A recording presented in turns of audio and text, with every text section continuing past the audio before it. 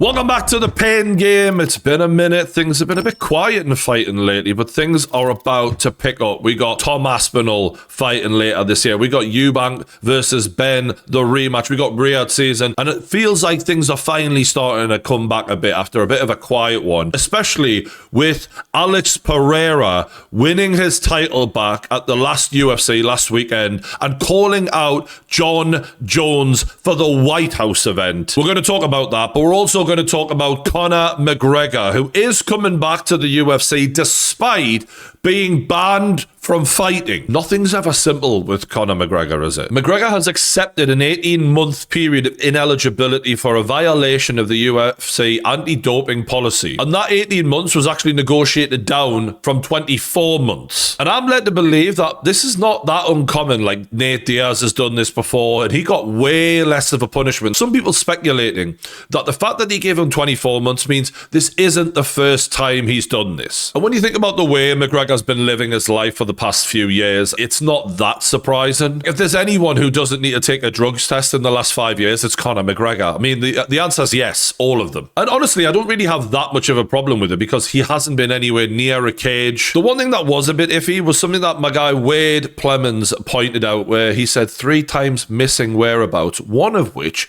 would have been the day before he pulled out of the Michael Chandler fight. Now, you could put that down to the fact that McGregor must have known I'm going to pull out anyway, so fuck this. But Conor McGregor always prided himself on being a clean athlete, and I think we know for a fact now, given the physical shape has changed, post-leg break, he was on some kind of hormones. He was on something. Even when he had a back and forth with me, he was mentioning like hormones and stuff. I'm like, this guy's so weird. It was on his brain. And literally, you could see some changes in his physique. Personally, I don't actually have that much of a problem with it. Like if you've only used it after a leg break in order to heal properly from the leg break, then fair enough. And honestly, the way this guy's been living the last 5 years, like I don't think for 1 second he's going to have an unfair advantage whoever he fights. I think he is in a race against the clock. Even the fact that this is going to be so far away, to come back from that level of partying for that length of time to look anything like you used to look after a leg break like that, which was horrendous. If he comes back and fights in the UFC and even looks half as good as he used to look, it'll be impressive. I mean, it's a bit weird to give him credit, like, yeah, well done, you did loads of gear and fucking like got pissed every night,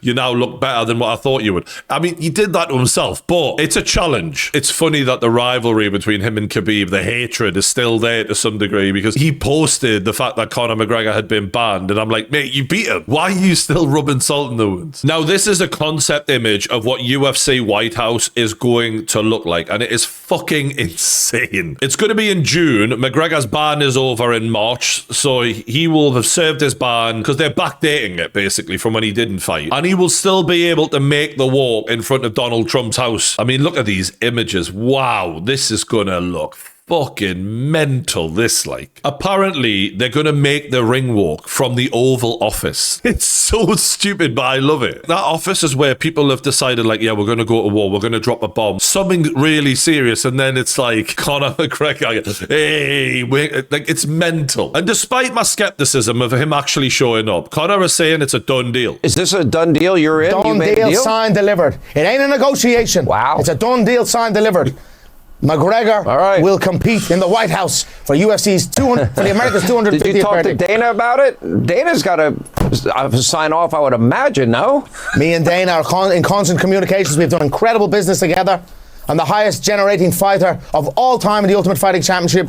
They've just signed a breathtaking deal with Paramount, where we go to cable TV. $7.7 billion that deal was accrued for, and ready to rock, baby. Bring in the big dog, the Mac G. He's just so fucking funny in that. It's like he's there, but he's not really there. He's fucking mad. So it's signed and sealed, apparently. Let's see what Dana had to say about that. We have not started negotiating any fights for the White House yet. That won't even start till February. This is like the millionth time now where Conor said something and Dana's gone, nah, not at all. We haven't not even started that yet. Now, to be fair, I believe that if Conor wants to fight on it and he's willing to negotiate reasonably, they're going to do it. This White House card in theory, should be the biggest UFC event of all time. Like, they'll never do another landmark like this, ever. There's no other president just going to do that in their front lawn, right? It's not happening. And Conor's actually given a bit of an estimation as to how long he thinks it's going to take for him to get ready for this fight. I have an 8 months and change out to the White House event. It's a 6-month operation. I consider it a 6-month operation to get ready for this bout. Period of isolation for sure, where the phone will not be answered. All my people involved with me understand that it is coming. And as I said, it's a 6-month operation. I'm under no illusion of what lies ahead of me in my preparation efforts. I really wonder how he's going to handle that, because like discipline is a distant memory to Conor McGregor. Like, yeah, he was going to fight Michael Chandler and then he pulled out with his toe issue or whatever. But how long's it been since we've seen a focused, dedicated McGregor where you're like, this guy is on? I mean, yes. I think when he fought Donald Cerrone early 2020s, he was very switched on then. That's like the last time where I'm like, yeah, you really want this. Dustin Poirier, he's turning up with all the kids and he's on the yacht. He wasn't switched on for those fights. And that's not to take anything away from Dustin Poirier. The eye of the tiger, like, I've not seen that from him in a long time. So for him to find that now at his age, it's going to take a lot. And even 8 to 6 months, is that even enough? When you've done as much to your body as he has, when you're supposed to be a professional athlete. And I know retired fighters who train more seriously than him. It's not been serious. It's been a bit of pad work off the yacht while he's going on a fucking session later that night. That's not serious. And I just wonder if he fully understands, like, because yeah, he remembers, but like when you're in the eye of the storm and you're in the middle of that training camp and you fucking hate every second of it, and it's getting really hard and you're just used to such comfort, such fun. And even, I remember John Kavanagh talking about discipline and that being an issue at times in interviews, alluding to it, because he was always respectful. But like getting Conor to train at certain times was difficult, all of that. For him to find all of that now at like his age, years out of his prime, is going to be a struggle. I'm ecstatic that Mac is back. And what better event than to grace the White House lawn for a straightener? What I do best. I'm very, very excited, very eager, very motivated.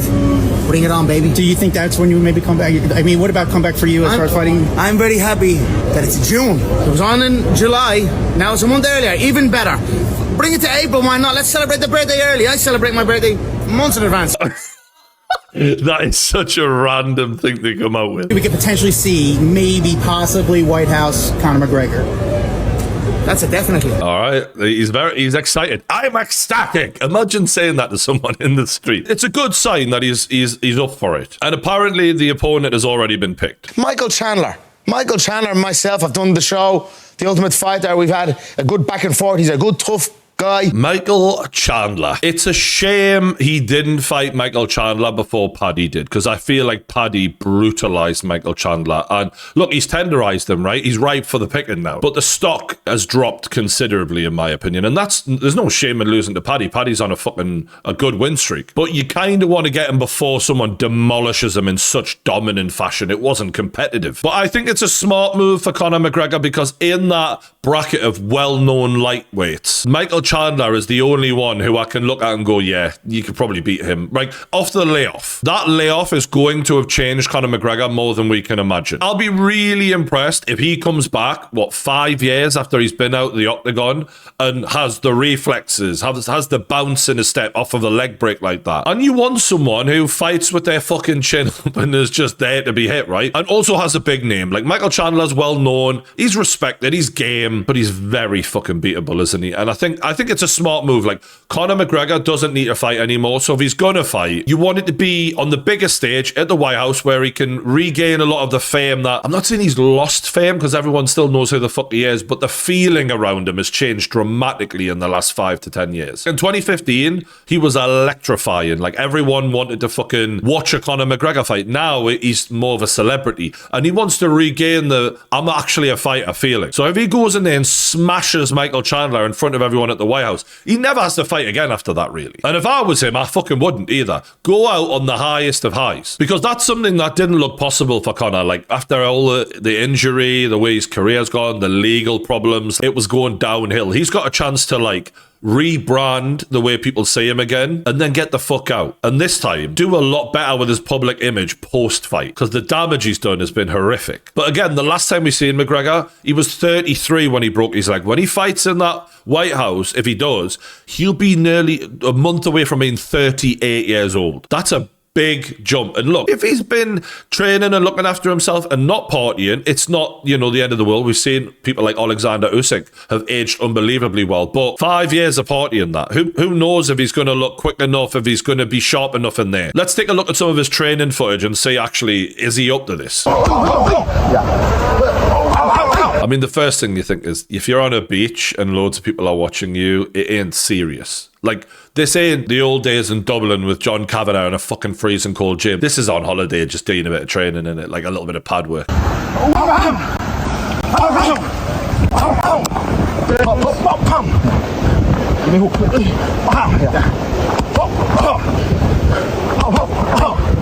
I mean, McGregor technically is always going to know what the fuck he's doing. He's going to have that till the day he dies. But that just looks like the McGregor who's been sunbathing to me and put the gloves on, showing off for a little bit. Like, he doesn't look sharp. All right, this is a bit more like we've got him in the gym here.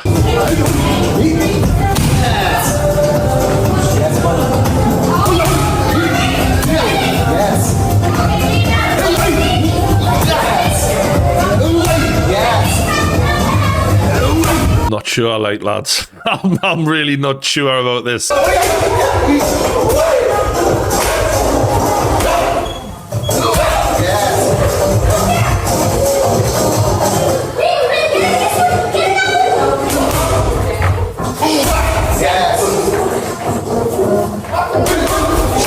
This guy who's holding the pads for him, I don't know if they're familiar with each other. Like, it feels like Connor's having a bit of a delay to wait and see what he shows him, but the quickness isn't there. And look, that might come. He's got fucking 6 to 8 months, as he said.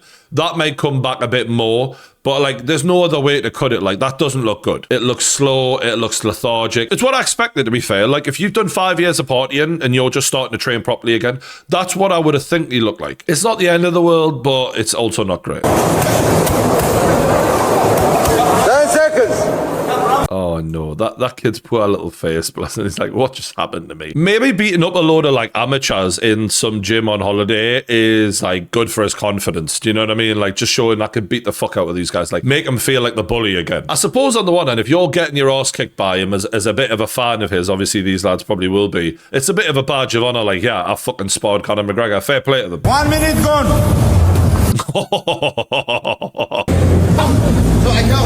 I don't like the fact that he's beating up a load of amateurs who are clearly no match for him and not going to help him really get ready for anything. And then he's the one being instructing the lesson. Like, and of course, he's a world-class, like, technically, he's obviously been a world-class fighter in the past. So he can teach these kids a lot. And good on him for doing that. But it's not given, I'm preparing for a fucking serious fight. And obviously, this is previous footage, like, in the last few months. But if you've known you're coming back, why waste your time fannying on in these gyms? Like, you should be where you're supposed to be, in your actual gym with your actual sparring partners at the top level.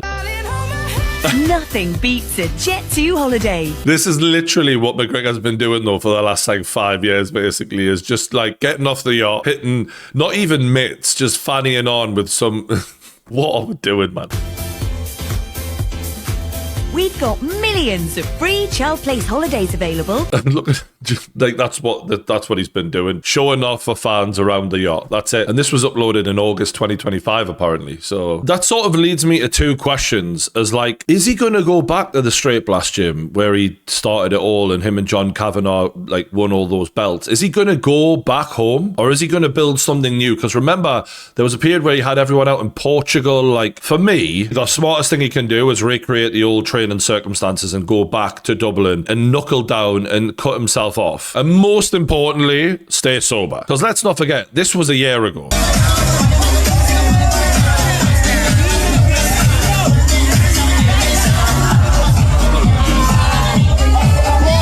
Fuck fuck's sakes, honestly. And now, a word from our sponsors. Be honest with yourselves, lads. Are you wearing t-shirts that just don't fit right? Are you as comfortable as what you should be when you're out and about? Well, there's one place that you need to go, and that is True Classic. I love True Classic because they are here to help you look good and feel good without having to break the bank. And they have nailed it. The feel, the price across your entire wardrobe, and actually the most comfortable pants I've ever worn. And with over 5 million happy customers and 200,000 positive reviews, you know you're in good company. I've been wearing True Classic for a while now, and you feel the difference as soon as you put it on. For example, the t-shirts, nice and tight on the arms, nice and relaxed and loose everywhere else. It's a bit of a cheat code for lads like myself. And they've sold over 25 million of them, so they must be doing something right. And they come with 100% perfect fit guarantee and super easy returns. So if you're sick of being ripped off by designer brands, or you're buying the cheaper stuff and then you're throwing it away because there's no quality there, True Classic is built for comfort and it's built to last. So level up your wardrobe now using my link in the description below. Big shout out to True Classic for saving the day as always, but for now, enjoy the video. When you've been partying for that long, cutting it all out is fucking hard, but there is one quote he came up with lately that I thought maybe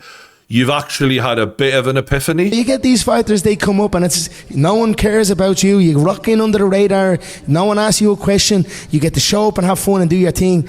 Then when you rise, you've got to add this promotional anthem to it. And both of them combined is incredibly draining. And I wouldn't be the first to tell you, it almost broke me. And to be honest, maybe it did break me as I went on and I achieved massive success and global, out of this otherworldly superstardom.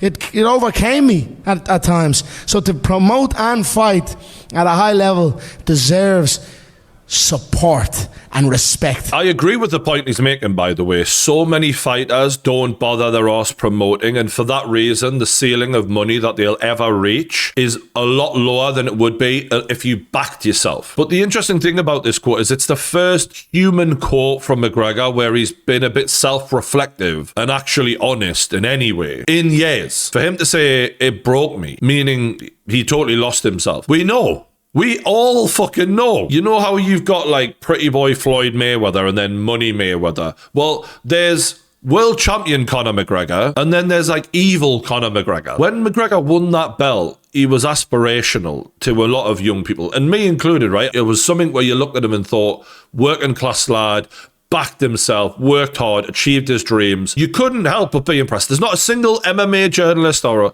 anyone who wasn't impressed. But the road he took, once he hit that superstardom, it was every bad decision you could possibly make, he made the wrong decision. And it's almost going to turn out to be like a lesson for all fighters of like how to not do, you know, the world title reign. But the sad thing is that disconnect from me and many other McGregor fans in the road where he went one way and we went the other way because a lot of people were like, he's a fucking wanker. That was the sad thing. And because at no point did he ever look at his fans and apologize in an interview and say, you know, I've let you down, I've behaved like a twat, I've made mistakes, and I'm going to sort my shit out because this isn't who I want to be. The fact that that was missing, it meant that that you could never mend that because there was no remorse, there was no regret. So who the fuck are you? You must be this guy that I'm seeing then. Where is the humble but funny Conor McGregor? Even though he was a cocky bastard, he was in on the joke. He didn't totally believe his own hype completely in a way of like, I am a god. Like, obviously a lot of it was for the cameras. Whereas at some point, it just overcame him and like, kind of like a WWE wrestler, the gimmick on camera became him and he just totally lost himself. And I'm not saying he's completely regained his consciousness and all of a sudden he's like a great human being. This doesn't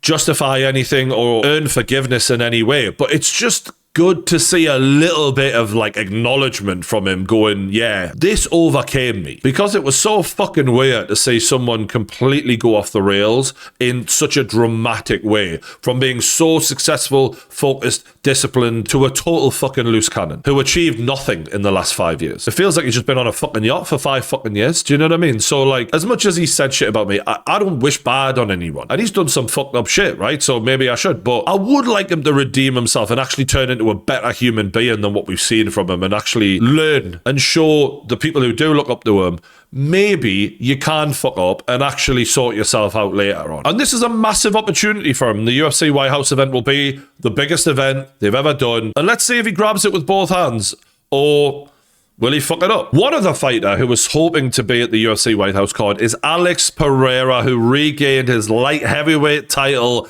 last weekend. Let's take a quick look at it. Literally, it was like a different version of Alex Pereira entirely. Like, after the last fight, Ankalaev didn't really realize what he was in there with. Like, I think Pereira wasn't 100% in the last fight, and he came with bad intentions just early on, within a minute, hurt him so badly. And honestly, I did think Ankalaev would have done a bit more to get out of this, but he was so submissive down there. There was no, I mean, he might as well have tapped out here because he wasn't trying to do anything other than protect himself. And look at this. Look at that. And the fact is, Ankalaev is nowhere near out cold there. He's nowhere near. He just gave up. Look at this for a shot, man. Boosh. That's a massive win for the UFC because honestly, like, star quality wise right now, it's fucking dry. For me, Tom Aspinall is a star. He's someone who I really am excited to watch fight. And yet they've had him out of action for over a year because of that John Jones bullshit. John Jones, you could argue, has some star quality in that people want to see him fight. He's a well-known fighter from years ago, but there's not a lot going on right now. And I think that was a big win for the UFC brass. And ironically, who does he want to fight? John Jones. Alex obviously had a speech planned to call out John Jones after the fight, but because of the tragedy in the Jones family, John Jones just lost his brother, RIP. Alex Pereira was very respectful, said, look, let's have a moment of silence for John Jones's brother, which just makes me respect Alex Pereira even more. Like, I think he's a top fighter, top guy, and one of the greatest light heavyweights of all time now. Like, I don't think that's up for debate. And in a post-fight interview, he did get on to the fight against John Jones, the super fighter heavyweight. It's Aspinall, man. Bom, não sei se pô, Casa It would Branca, be at the White House against John Jones. And John Jones has interacted with it. Funny how John doesn't think it's disrespectful of Alex Pereira to call him out the way he did with Tom Aspinall, who was the most respectful call out in the history of the UFC, by the way. But this isn't disrespectful. This is fine. Is it because stylistically, this would be one of the best matchups for John Jones in the history of the UFC? Alex Pereira, amazing on the feet. Clearly, grappling is not his strength. I can't lie, I find this frustrating that they've both went, let's just fight each other and avoid Tom Aspinall. Like, if you want a super fight, Tom Aspinall is the heavyweight world champion. He is the super fight in heavyweight. There isn't anyone else. And these two are just going into business for themselves because they think, well, fuck that. But Tom Aspinall has been robbed of the legacy that he deserves because he would have smashed John Jones, and I think John Jones knew for a fine fact he would have done by his actions. I just don't agree that they get to go to heavyweight and go into business for themselves, and it doesn't help the long-term future of the company. Here's what Chael Sonnen had to say about it. If I'm in John Jones's shoes and I hear this and I feel this buzz and there's this huge fight and it has all of a sudden got my interest, but there's no title on the line, I can fix that real fast. I can say, I will fight you, and I'll even find a world title, because it's going to be yours. I'll see you at 205 pounds. It's a good shout. That would make it more interesting because then there is some legitimacy to it. If you two fight at heavyweight, there's nothing to it for me. There's no legitimacy. John Jones is going to go in, shoot for a takedown, probably get it, submit Alex Pereira. That's the most likely outcome. John isn't going to stand with Pereira. If he stood with Pereira, he'd get knocked the fuck out. That's quite obvious to me. But these guys should only be fighting for world titles. Like, and if you want to fight at heavyweight, it should be saying Aspinall for me, unless you fight at light heavyweight for his world title. That's the only way around that. But again, it's a frustrating one because I just look at this fight as we didn't have the balls to fight Tom Aspinall fight. That's what this is. That's the belt they should be getting. You remember the BMF belt? I don't know how many letters that was, but you get the point. And it sounds like Dana White doesn't know if he trusts John Jones enough with a spot on the White House card, because obviously there was those negotiations for the Aspinall fight that Jones took forever on, and I'll fight, absolutely. And the whole time, not expecting him to cough the money up. They cough the money up and then he bottles it. Now Dana's like, can I give him a spot on such an important card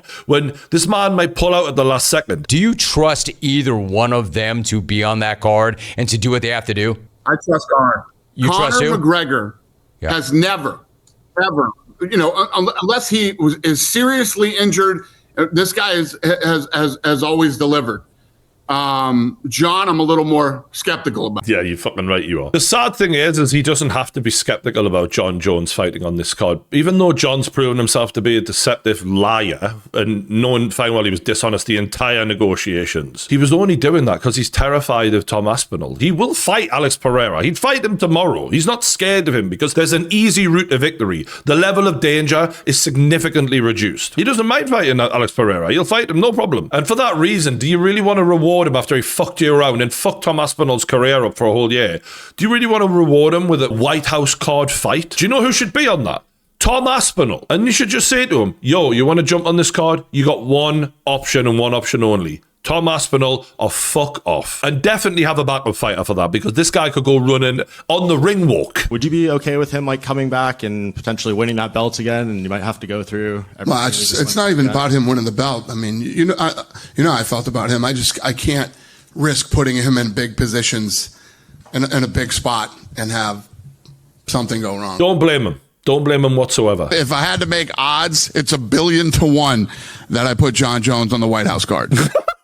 I hadn't seen this clip. Fuck me. You fucked it. You fucked it for yourself. And you know what? John Jones has been fucking it for himself his entire life. And I suppose that lends to how much talent he's got, because even though he's an absolute screw-up, he still managed to create a hell of a legacy for himself. Imagine he had had the focus of a Michael Jordan, someone who was so dedicated. Then his legacy really would have been special. He would have moved up the heavyweight earlier. It would have been amazing. Now, surprisingly, his old nemesis, Daniel Cormier, is actually speaking out on behalf of him, saying he should fight on the UFC White House card. Even last week, he was at the Grammys or some shit like that, and he was on the red carpet speaking about how he's back testing and he's ready to fight at the White House. But Dana seems more stern in not letting him today than I have ever seen him in regards to John Jones. I remember when he canceled that fight against Chael, Dana said he'll never headline again.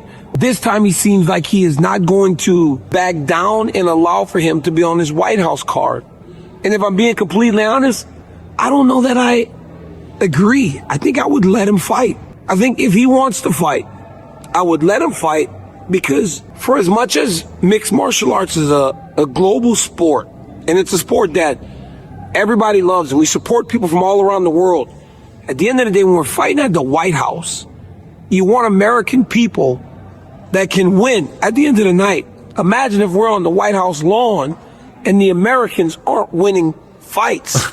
And that could happen, because when the opening line for McGregor versus Chandler comes out, Chandler's going to be a pretty substantial underdog. He makes a good point. The iconic moment is for John Jones or an American fighter to hold the title, show Donald Trump the title and all of that shit. Fucking USA, USA. That's what they want, right? That's the moment. Well, there's only one way you're going to get that, and that's if you keep him well away, as usual, from Tom Aspinall, because Aspinall's smoking this guy. I just hope Dana holds firm and goes, look, you're only getting a fight if you're going to fight Tom Aspinall, otherwise get the fuck. And I need serious assurances. And I don't know how he could possibly get them, because we just know your word means nothing to me. And that's the problem for Dana. I don't trust you anymore. I actually think Dana is kind of like a dad trying to punish him and going, this is your punishment. You don't get this now. You would have loved this, and you fucked it for yourself when you did what you did to the company. But maybe I'm wrong. Maybe I'm not being forgiving enough. You let me know in the comments below. Let me know what you think of the return of Conor McGregor. Do you care at this point? Is it like, he's old news, or is there still excitement? And for me, even if you're not that, fussed now personally, when we see a ring walk and Conor McGregor coming out to the fucking White House, even the most jaded, and I'm a bit jaded sometimes, miserable fan will just go, fuck me, this is mental, this. We would. But let us know what you think in the comments below. If you haven't already, hit the like button, subscribe to the Pain Game YouTube channel for more, and I'll see you on the next one.